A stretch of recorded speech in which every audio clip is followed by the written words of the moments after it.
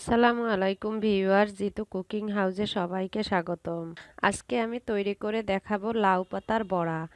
লাউ পাতার বড়া গরম ভাতের সাথে খেতে কিন্তু ভীষণ মজা। আশা করি পুরো ভিডিও আমার সাথেই থাকবেন। চলুন তাহলে দেখে আসি কিভাবে লাউ পাতার বড়া তৈরি করতে হয়।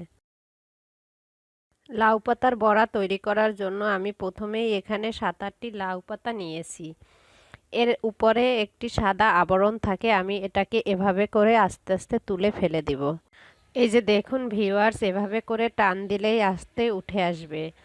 আমি আপনাদের সুবিধার্থে আরেকটি করে দেখাচ্ছি। এভাবে করে সব পাতার এগুলি উঠিয়ে ফেলে দিয়ে তারপর ভালো করে ধুয়ে পরিষ্কার করে নিব। আমি পাতাগুলোকে ভালো করে ধুয়ে পানি ঝরিয়ে নিয়েছি। লাউ পাতার বড়া তৈরি করার জন্য প্রথমেই একটি বলের মধ্যে নিয়ে নিব মুসুরি ডাল বাটা। আমি এখানে 1/3 কাপ মুসুরি ডাল 2 ঘন্টা আগে ভিজিয়ে রেখেছিলাম। তারপর সেগুলোকে ভালো করে ধুয়ে শিলপাটায় এভাবে করে বেটে নিয়েছি। এর সাথে আমি দিয়ে দিব 1/2 কাপ পোলাও চাল বাটা।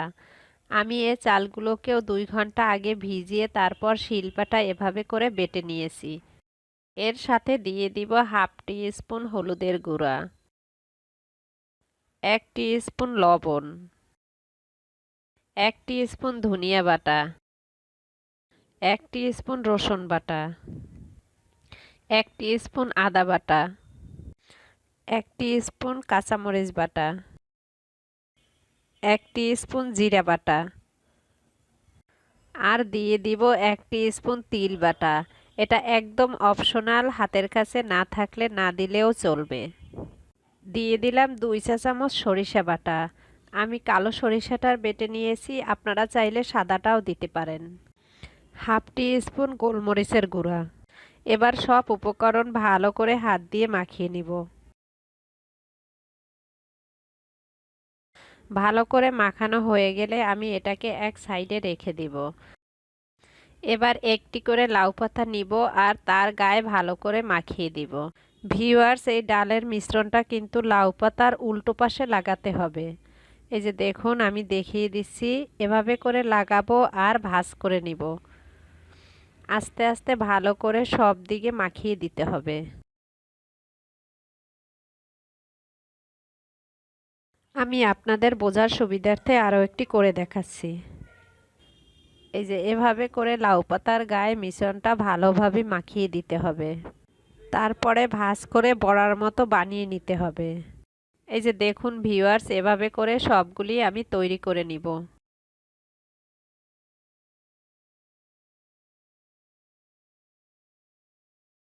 এবার চুলায় একটি হাঁড়ি গরম করে দিয়ে দিলাম 2 টেবিল চামচ সরিষার তেল।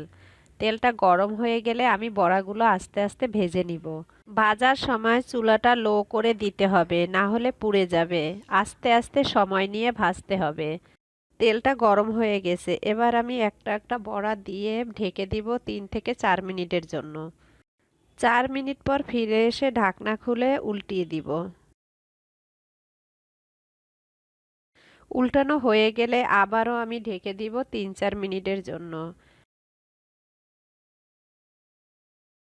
ফিরে এলাম 4 মিনিট পর। এবার আমি ঢাকনা খুলে আবারও উল্টিয়ে দিব। এভাবে করে আস্তে আস্তে ভেজে নিব। আমার একবার এ বড়াগুলো ভাজতে প্রায় 7 থেকে 8 মিনিট সময় লাগবে।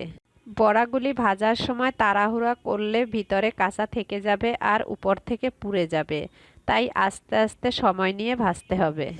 আমার বড়াগুলো ভাজা হয়ে গেছে, এবার আমি তুলে নিব। ফিরে আসছি পরিবেশনের পর। এই যে দেখুন ভিউয়ার্স, আমার বড়াগুলি ভাজা হয়ে গেছে। আশা করি বাসায় তৈরি করবেন। আর ভালো লাগলে আমার চ্যানেল সাবস্ক্রাইব করবেন, লাইক কমেন্ট শেয়ার করবেন। এতক্ষণ কষ্ট করে আমার সাথে থাকার জন্য সবাইকে ধন্যবাদ। আজ তাহলে এ পর্যন্তই। আল্লাহ হাফেজ।